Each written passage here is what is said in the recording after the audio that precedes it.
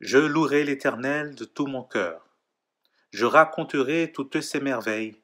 Je chanterai son nom. Je ferai de lui le sujet de ma joie et de mon allégresse. Je chanterai son nom à toujours et à perpétuité. Mon âme bénit l'Éternel. Que tout ce qui est en moi bénisse son Saint-Nom. Mon âme bénit l'Éternel et n'oublie aucun de ses bienfaits. Amen.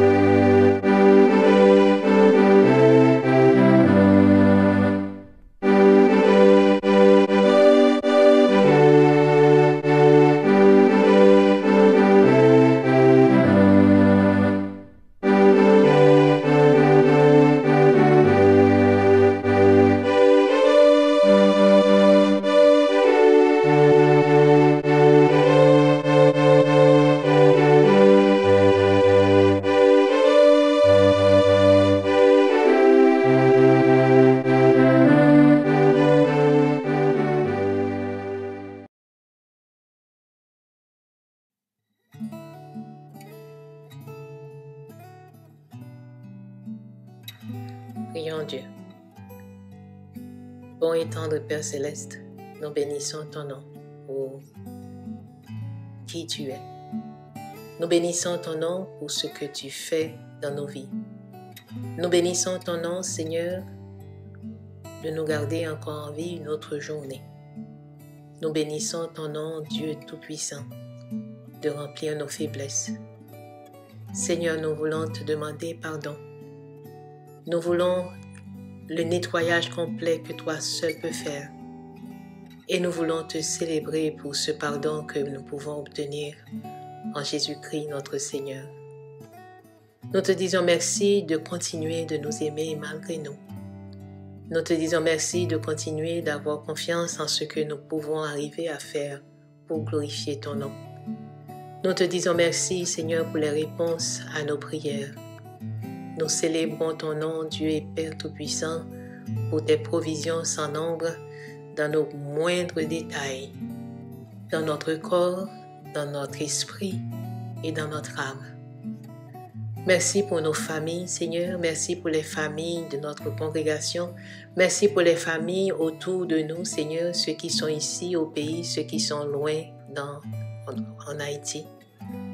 Merci, éternel Dieu Tout-Puissant, de nous donner la force de continuer à parler de toi.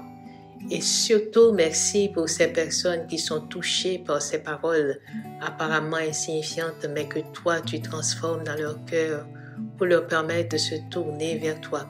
Merci pour toutes ces personnes qui, grâce à ces situations difficiles, à cette pandémie, à ces calamités, qui ont ouvert les yeux finalement pour trouver que c'est toi qui donnes la vie. C'est toi, le Seigneur des Seigneurs. Merci Seigneur pour les portes que tu fermes. Tu sais pourquoi et nous te faisons confiance. Merci aussi pour les portes que tu ouvres parce que nous savons, quand tu ouvres, personne ne peut fermer et quand tu fermes, personne ne peut ouvrir. Merci Seigneur de tenir nos pieds dans nos différents choix, dans notre marche Seigneur, afin que nous continuions à marcher avec toi et dans la bonne direction pour glorifier ton nom en tout et partout. Merci Seigneur pour la victoire sur l'ennemi. Merci de nous donner du discernement pour reconnaître les ruses de cet ennemi et le déclarer anathème parce que tu as déjà gagné, tu les as déjà livrés en spectacle à la croix. Merci Seigneur pour notre communauté. Merci pour les projets du cœur de chaque personne de cette communauté, de chaque famille. Merci pour ceux qui parlent de toi Seigneur, qui prêchent ta parole. Merci pour nos pasteurs et leurs familles. Merci Seigneur pour le devenir de notre communauté, les différents projets, ce que toi seul tu vas vouloir accomplir. Merci de nous garder, Seigneur, encore à l'abri du sang de Jésus. Quand cet ange exterminateur n'a pas fini de passer, Seigneur, gloire à ton nom pour ta protection. Et nous prions, Seigneur, nous célébrons ton nom pour le privilège de dire encore Ebenezer, Apanon là toujours, mais aussi le privilège d'être encore à la brèche, de pouvoir continuer à implorer ton nom, de pouvoir continuer à libérer ceux qui sont enchaînés. Et nous célébrons ton nom, Seigneur, toi qui es le Tout-Puissant capable de casser toutes les chaînes. Merci pour les chaînes que tu as déjà cassées. Merci pour celles que tu vas encore faire sauter maintenant dans ce culte de célébration, dans ce dimanche matin où nous voulons t'adorer. Nous savons que par nos chants, nous savons que par ce temps d'adoration, nous savons qu'en te célébrant, Seigneur, la louange va nous libérer de ces ennemis qui empêchent à tes enfants de voir la vraie lumière, pour devenir vraiment lumière, pour devenir vraiment sel, Seigneur, et faire la différence dans nos maisons, dans nos familles, avec nos enfants et nos petits-enfants, avec notre congrégation, dans ce pays où tu nous as envoyés, Père, et aussi pour chez nous. Merci de nous donner l'esprit de discernement, Papa, la sagesse qui vient de toi et la connaissance. Gloire à ton nom béni, Seigneur Jésus. Merci de répondre. Merci pour toutes tes réponses, Seigneur Dieu Tout-Puissant qui intercède pour nous, qui connaît les cœurs de chaque personne qui écoute. Merci de continuer à diriger notre culte, de célébrer, Seigneur, avec ceux qui vont encore prendre la parole. Et merci, Jésus, d'être vivant, vivant pour nous entendre, vivant pour répondre, vivant pour nous permettre d'espérer. En ton nom, Jésus, nous prions. Amen.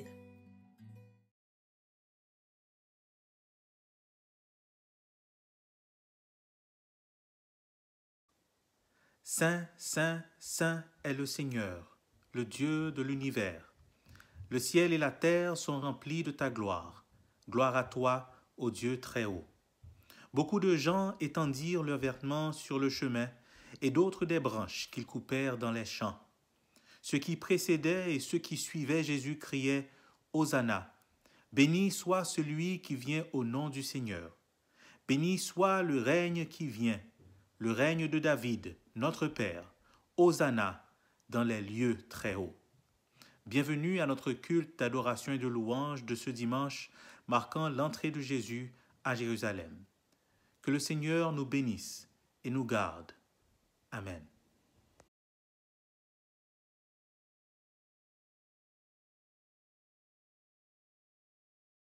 Psaume 91. La parole de Dieu se trouve dans le psaume 91. Bonjour tout le monde. Oh, excuse-moi, bonjour tout le monde. On est là. Celui qui demeure sous l'abri du Très-Haut repose à l'ombre du Tout-Puissant. Je dis à l'Éternel, mon refuge et ma forteresse, mon Dieu en qui je me confie.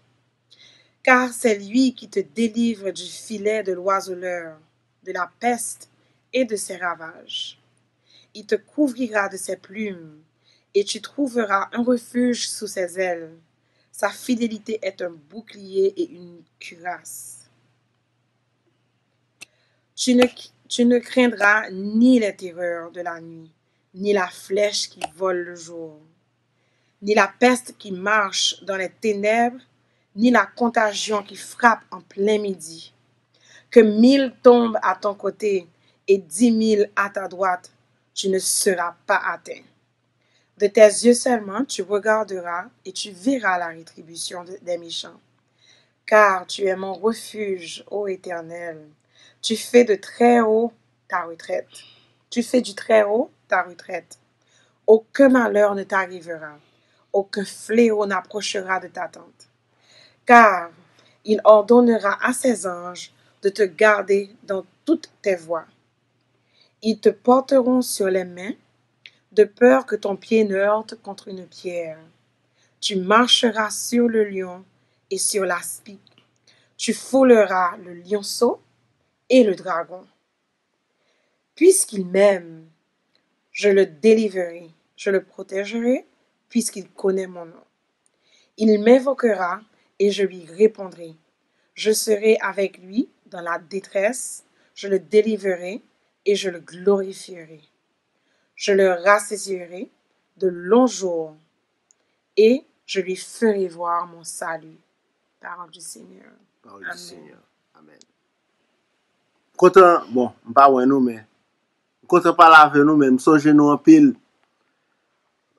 Bonsoir d'Atlanta à notre famille à Montréal. Allô? Allô? Tati Claudia.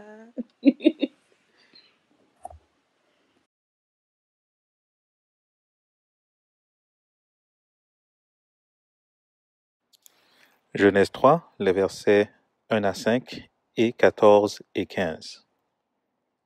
Genèse 3, les versets 1 à 5 et les versets 14 et 15. Le serpent était le plus rusé de tous les animaux des champs que l'Éternel Dieu avait fait. Il dit à la femme, Dieu a-t-il réellement dit, vous ne mangerez pas de tous les arbres du jardin? La femme répondit au serpent, nous mangeons du fruit des arbres du jardin. Mais quant au fruit de l'arbre qui est au milieu du jardin, Dieu a dit, vous n'en mangerez point et vous n'y toucherez point, de peur que vous ne mouriez. Alors le serpent dit à la femme, vous ne mourrez point, mais Dieu sait que le jour où vous en mangerez, vos yeux s'ouvriront et que vous serez comme des dieux, connaissant le bien et le mal. L'Éternel Dieu dit au serpent, puisque tu as fait cela, tu seras maudit entre tout le bétail et entre tous les animaux des champs. Tu marcheras sur ton ventre et tu mangeras de la poussière tous les jours de ta vie.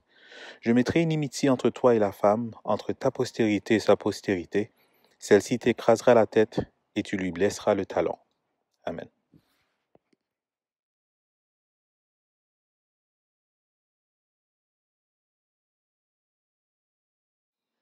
Notre deuxième lecture se trouve dans Première Épître de Jean, chapitre 2, versets 15 à 17.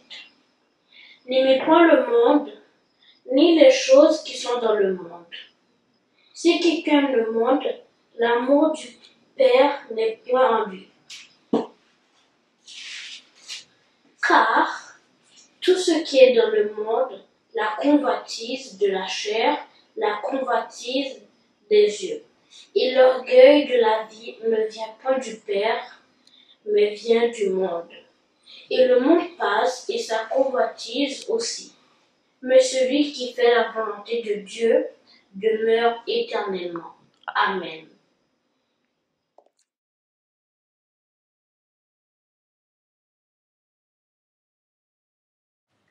Nous allons lire Matthieu 4. Alors Jésus fut emmené par l'Esprit dans le désert pour être tenté par le diable. Après avoir jeûné 40 jours et 40 nuits, il eut faim. Le tentateur s'étant approché, lui dit, si tu es fils de Dieu, ordonne que ces pierres deviennent des pains. Jésus répondit, il est écrit, l'homme ne vivra pas de pain seulement, mais de toute parole qui sort de la bouche de Dieu.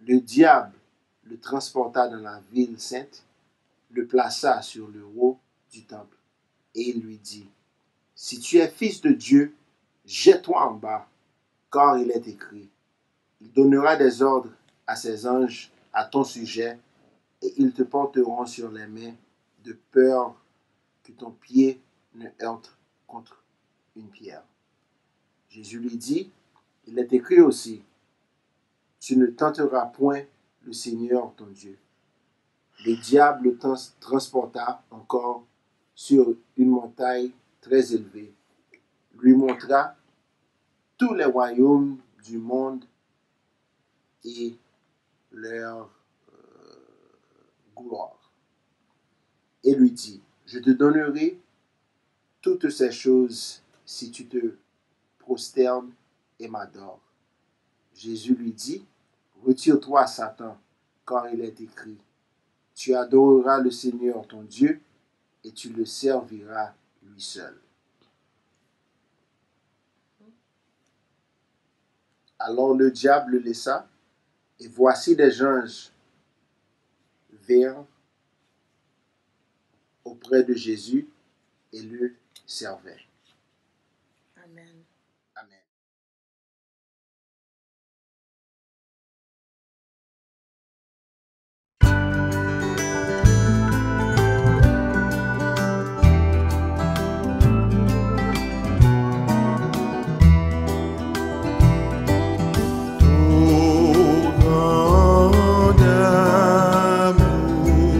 Et de grâce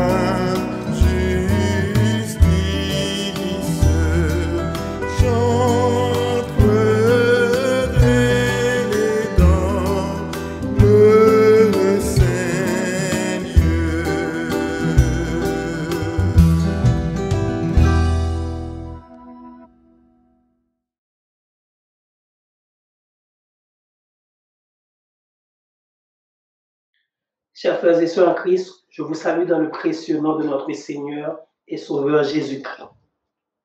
On dit merci à Dieu de nous permettre de rester connectés virtuellement comme assemblés, malgré notre absence sur les lieux de culte depuis plus d'un an, depuis le 8 mars 2020. Bien sûr, cela nous a permis de garnir notre page Facebook et YouTube.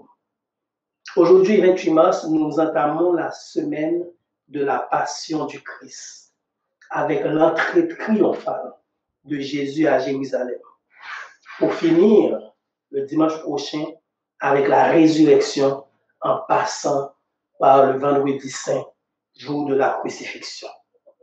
C'est une semaine de réflexion pour tous les chrétiens à travers le monde.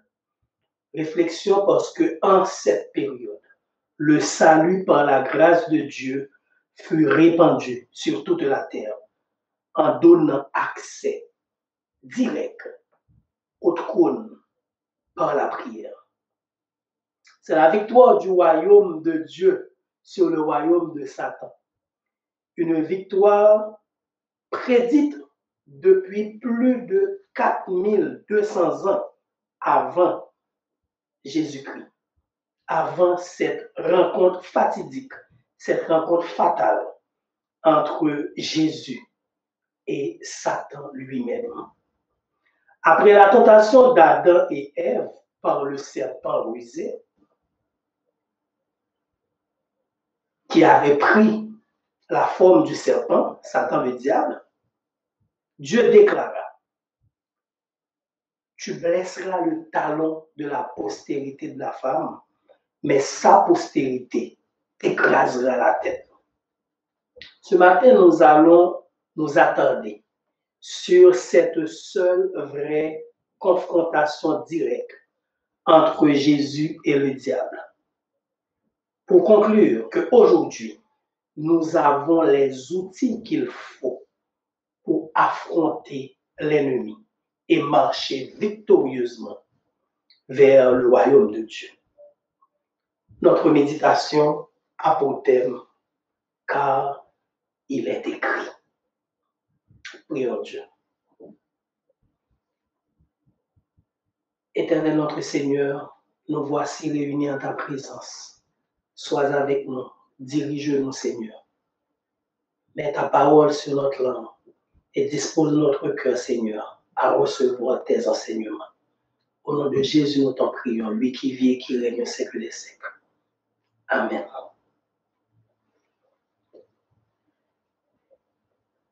La présence de Jésus sur terre avait pour ultime mission de répandre son sang divin une fois pour toutes pour le pardon, pour la rémission des péchés de toute l'humanité. Alors qu'il s'approchait dangereusement mais sûrement vers l'aboutissement de sa mission, rappelons-nous que le mal a tout fait, mais vraiment tout fait, pour l'éloigner de l'objectif sacré. Au début de la mission de Jésus, tout au début, tout juste après avoir reçu le baptême, Satan était déjà à l'œuvre en essayant de tenter Jésus comme il l'avait fait dans le jardin d'Éden avec Adam et Ève. En semant le doute, en semant la confusion, en semant les points d'interrogation sur la parole de Dieu et en utilisant les faiblesses humaines récurrentes. Dans le texte de Matthieu chapitre 4, versets 1 à 11, que nous venons de lire, on a constaté trois attaques en règle utilisées par Satan, mais déjouées heureusement par Jésus à chaque fois avec la même stratégie, la même arme, car il est écrit. La première flèche lancée par l'ennemi consiste à utiliser la faiblesse actuelle de Jésus, sa vulnérabilité. Au moment même de la rencontre, Jésus avait faim. Son besoin prioritaire était de manger. Son besoin le plus urgent était de vaincre la faim. En effet, la Bible nous dit, après avoir passé 40 jours et 40 nuits dans le désert pour prier, pour jeûner, Jésus eut faim, car il était 100% homme. Jésus avait vraiment faim. Et le diable, sachant qu'il était en plein désert, lui proposa une solution rapide, mais efficace. Si tu es fils de Dieu, ordonne à ces pierres de devenir du pain. Simple. Quand Jésus peut le faire, nous le savons. C'est bien lui qui plus tard va transformer l'eau en vin aux noces de Cana. Le besoin était réel. La solution était à portée de main. Et Jésus était vraiment capable de le faire. Mais l'expression « si tu es fils de Dieu » est une semence de doute.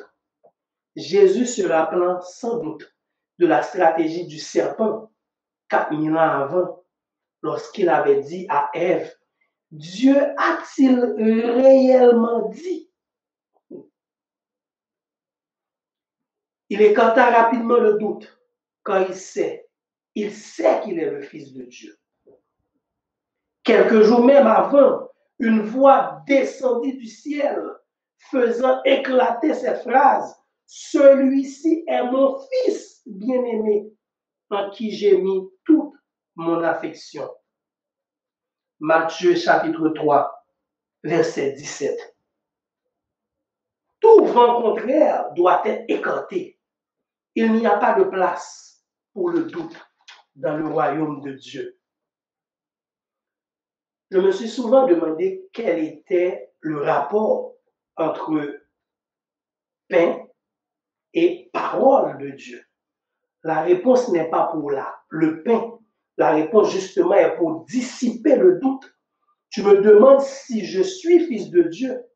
Mais rappelle-toi, dans Matthieu 3, versets 16 et 17, après mon baptême, on a dit, Dieu a dit, aujourd'hui encore, le diable utilise cette stratégie pour mettre en doute la parole de Dieu. Matthieu 3, versets 16 et 17. Dès que Jésus eut été baptisé, il sortit de l'eau.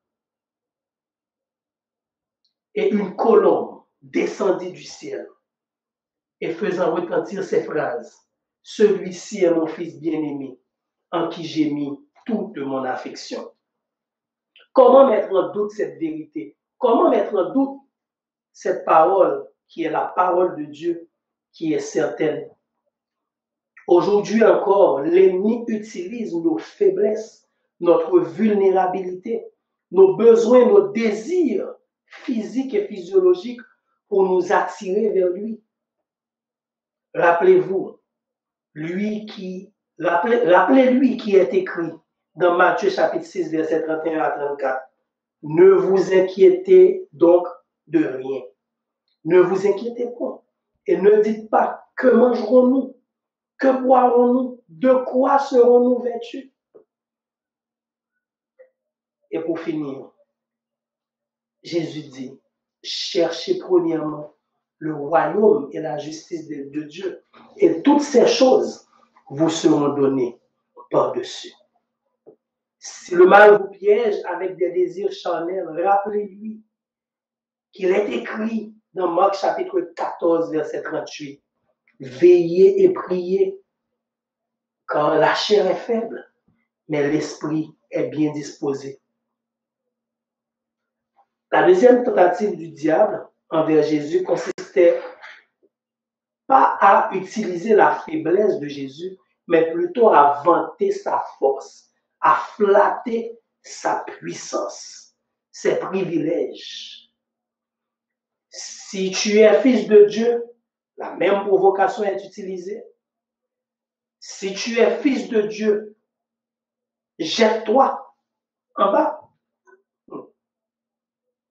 Cette fois, Satan a compris que l'arme fatale de Jésus était la parole. Satan utilise aussi la parole, puisqu'il dit à Jésus, il est écrit. Il est écrit. Dans Psaume 91, il donnera des ordres à ses anges pour qu'ils te porteront sur ses mains de peur que ton pied ne heurte contre une pierre. Quelle provocation! Satan qui utilise la parole de Dieu pour semer la confusion. Jette-toi en bas. Il est écrit, il donnera des ordres à ses anges. C'était la vérité. Comme on aime si bien le dire, c'est écrit noir sur blanc dans la Bible. Mais attention, cette promesse de Dieu est une promesse faite pour des gens qui obéissent. Celui qui demeure sous l'abri du Très-Haut repose à l'ombre du Tout-Puissant. Et le psalmiste défile avec toutes les garanties que l'enfant de Dieu qui obéit à la parole de Dieu, qui fait la volonté de Dieu, reçoit comme supplément. Ce n'est pas en relevant un défi de l'ennemi que nous allons prouver qu'on est fils de Dieu ou enfant de Dieu. Ce n'est pas en relevant un défi de Satan qu'on va se soumettre ou être obéissant à la parole de Dieu. Donc, dans ce cas de figure, je doute fort que Dieu aurait envoyé ses anges, même pour Jésus.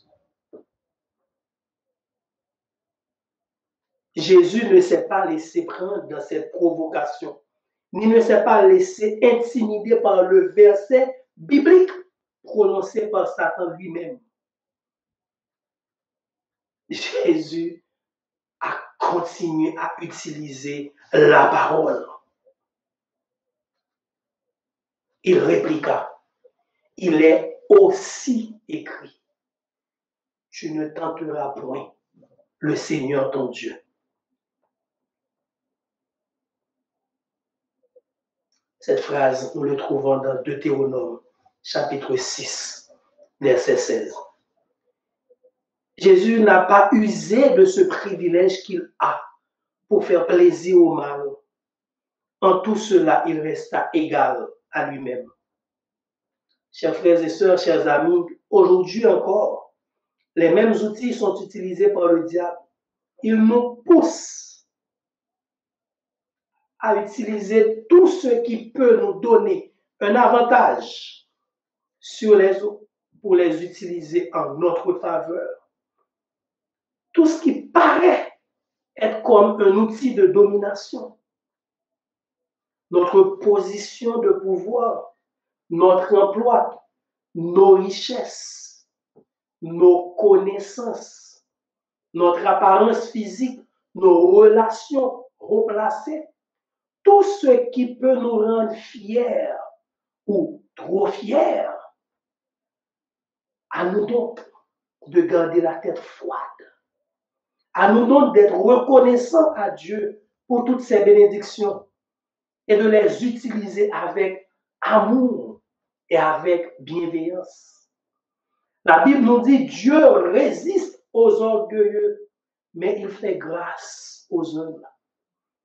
Jacques nous dit humiliez-vous sous la puissante main de Dieu et il vous élèvera. À quoi sert de relever un défi de l'ennemi en perdant toute notre humilité? La troisième tentative de l'ennemi ne concerne pas nos faiblesses ni nos forces, mais plutôt ce qu'il est lui-même prêt à offrir si on fait sa volonté. Étant incapable de faire fléchir Jésus avec la provocation « si tu es fils de Dieu », le mal tente de négocier avec Jésus. Je te donnerai tous ces royaumes et leur gloire si tu te prosternes et m'adores. Jésus s'étant peut-être rappelé qu'à l'Éternel la terre et ce qu'elle renferme, le monde et ce qui l'habite. ces choses étant déjà à lui, il chasse définitivement l'adversaire tout en lui rappelant qu'il est écrit. La même arme, le même outil. Tu adoreras le Seigneur ton Dieu. Tu lui serviras lui seul. Exode chapitre 20, versets 3 à 5. Il n'a pas commis l'erreur fatale du peuple d'Israël à chaque fois de tomber dans l'adoration d'autres dieux. Il n'a pas commis l'erreur de Saül qui a adoré un autre Dieu, ce qui a valu sa chute. Il n'a pas commis cette erreur que nous faisons souvent en donnant la première place à d'autres futilités de ce monde, à nos richesses, aux biens matériels, à notre famille, à notre travail, au plaisir de ce monde, sur Dieu. Dieu veut être capable de parier sur nous, comme ce fut le cas dans le défi que Satan avait lancé sur Job. Est-ce d'une manière désintéressée que Job te sert? Est-ce d'une manière désintéressée que nous servons Dieu? Job chapitre 2, versets 8 à 11. Nous sommes nés pour adorer Dieu, chers amis, avec ou sans bénédiction, avec ou sans bien matériel, avec ou sans maison, avec ou sans richesse, avec ou sans emploi, avec ou sans résidence, avec ou sans santé. Nous sommes appelés à adorer Dieu, pas pour ce qu'il nous donne, mais pour ce qu'il est. Sinon, vous serez toujours à la portée du diable. Car lui aussi, il connaît nos désirs, il connaît les penchants de nos cœurs, il connaît nos envies et il est prêt à nous donner tout ce que nous voulons si on est prêt à l'adorer. Évitons donc ce piège. Adorons Dieu en dépit de tout. Aujourd'hui encore, chers amis, vous allez vous retrouver en face des gens qui vous diront, si vous êtes, comme Satan a dit à Jésus, si tu es fils de Dieu, vous entendrez, si vous êtes chrétien, faites ceci. Si vous êtes vraiment chrétien, faites cela. Vous n'avez pas à douter, ni à prouver à quiconque que vous êtes enfant de Dieu. Rappelez-vous qu'il est écrit dans la Bible, l'Esprit lui-même rendra témoignage à notre esprit que nous sommes enfants de Dieu. Aujourd'hui encore, des gens viendront à nous avec la parole de Dieu pour nous confondre. À nous de résister. Des gens viendront et diront que la Bible est machiste. Nous devons leur dire qu'il est aussi écrit que Dieu n'a jamais permis à l'être humain de dominer sur l'être humain. Quand dès la création, Dieu avait dit, je vous donne tout ce qui est sur la terre, dominer sur les oiseaux du ciel, sur les poissons de la mer. À aucun moment, Dieu n'a dit dominer sur les femmes, dominer sur les enfants, dominer. Non. Il est aussi écrit. Des gens viendront à vous pour vous dire que la Bible encourage l'esclavage. Mais rappelez-les qu'il est aussi écrit. Le deuxième, plus grand commandement. Aimez votre prochain. Aimez ceux qui vous maudissent. Priez pour ceux qui vous persécutent. Ne perdez pas la foi dans la parole, chers amis, quand c'est votre ancrage.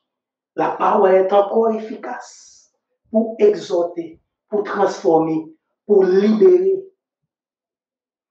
Aujourd'hui, il existe toujours cette théologie qui veut nous faire croire que la terre et ses richesses appartiennent au diable, à Satan lui-même, et que Dieu n'a rien sur la terre. Son trône est dans les cieux, sa richesse est dans les cieux. On trouve beaucoup de gens qui refusent tout bien-être sur terre quand ils sont des citoyens célestes.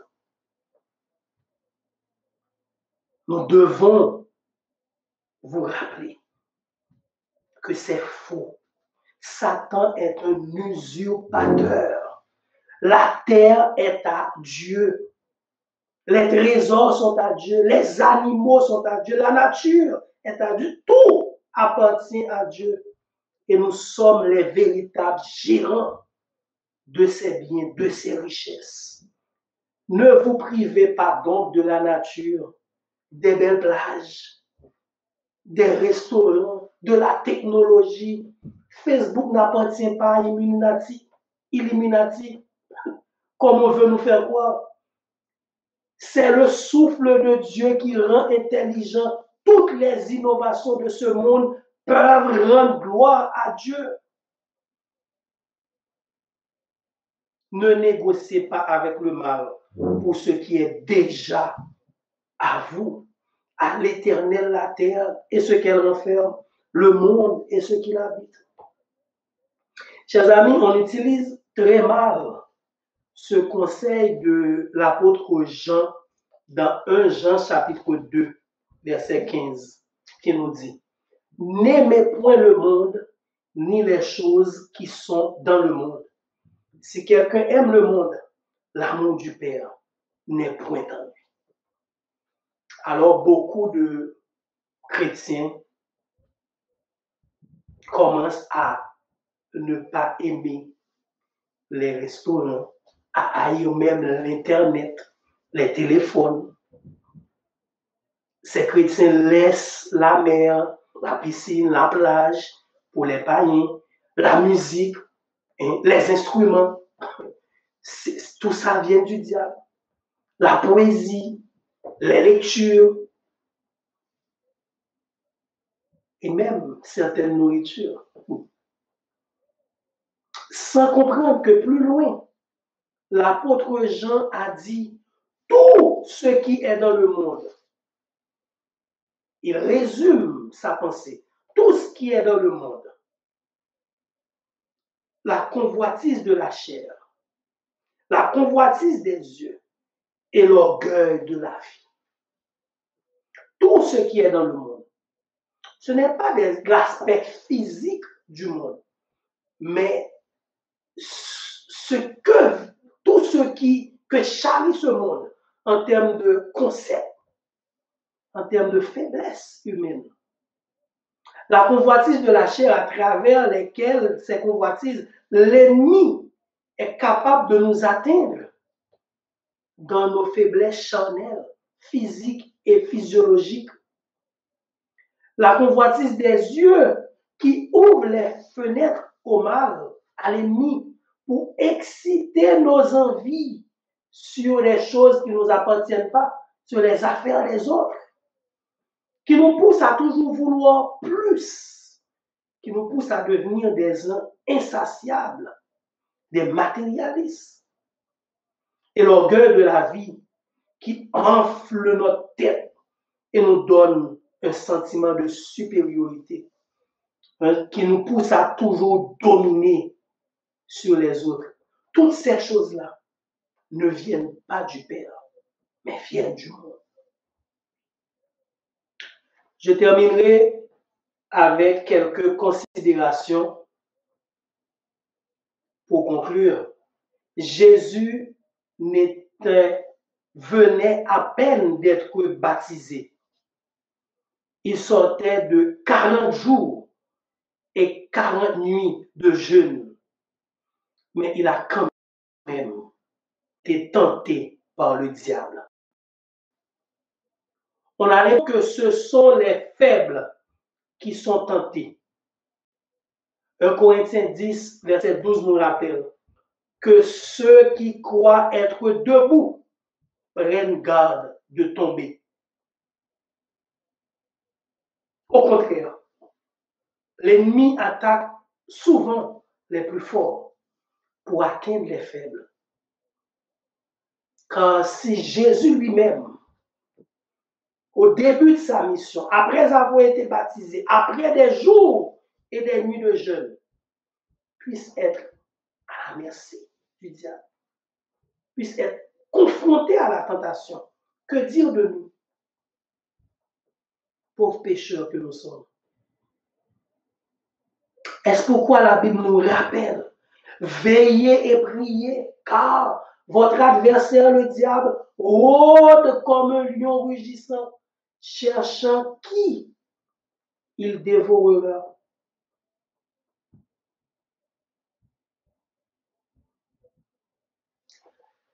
La deuxième considération, c'est de vous rappeler que Jésus a utilisé la parole à chaque fois, certes, mais à chaque fois, il augmente le ton. La première fois, il donne une information à Satan. Il est écrit, l'homme ne vivra pas de pain seulement, mais de toute parole qui sort de la bouche de Dieu. L'ennemi insiste, et cette fois, Jésus le menace. C'est un avertissement. Attention, il est écrit, tu ne tenteras pas le Seigneur ton Dieu. Et la troisième fois, Jésus donne un ordre. Retire-toi de moi, Satan. Et le diable le quitta. On ne peut pas toujours dire non au mal en souriant. On ne peut pas toujours flirter avec l'ennemi en faisant des caprices. Non, non, non. Il faut être ferme.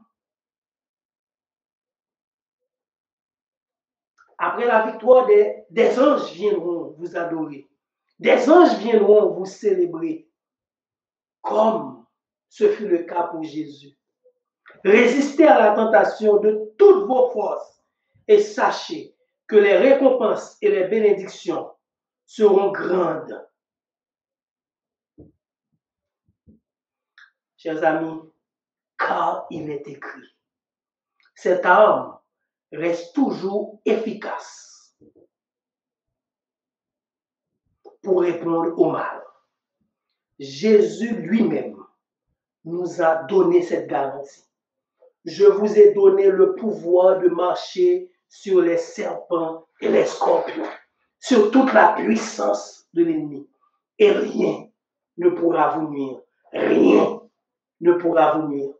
Nous avons les outils qu'il faut pour lutter contre l'ennemi, pour affronter le mal, pour résister à la tentation. Et pour couronner le tout, je vous laisserai avec ce verset de Paul dans 1 Corinthiens chapitre 10, verset 13, qui nous rappelle, aucune tentation ne nous est survenue qui n'ait été humaine. Aucune. Dieu ne permettra pas que vous soyez tentés au-delà de nos forces. La tentation qui est en face de toi, qui est en face de moi, qui est en face d'elle, de lui, de vous, de nous, c'est parce qu'on est capable de la supporter quand cela n'est pas au-delà de nos forces. Et ce qui est encore plus formidable, avec la tentation, Dieu prépare déjà les moyens, le chemin d'en sortir afin que nous puissions la supporter. Car il est écrit, qu'il en soit ainsi pour vous et pour moi, au nom de Jésus. Amen.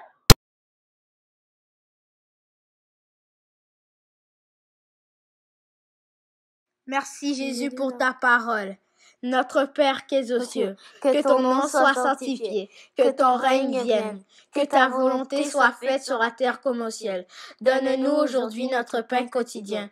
Pardonne-nous nos offenses, nous aussi nous pardonnons à ceux qui nous ont offensés. Mais ne nous laisse pas succomber à la tentation, mais Seigneur, délivre-nous du mal. Car c'est à toi qu'appartiennent le règne, la puissance et la gloire au siècle des siècles. Amen.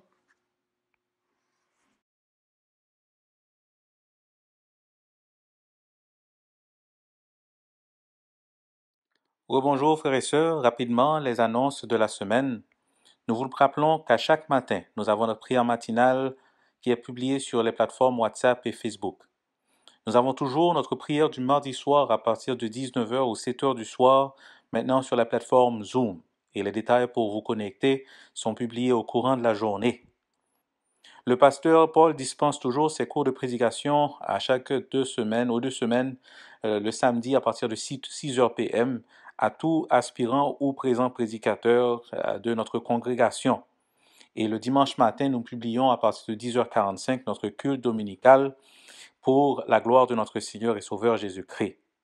Annonce spéciale, on veut continuer à souhaiter un bon anniversaire à tous ceux qui ont fêté pendant la fin de cette semaine et qui vont fêter pendant le début de cette semaine qui arrive. Que le Seigneur vous garde, vous bénisse et vous protège selon vos besoins.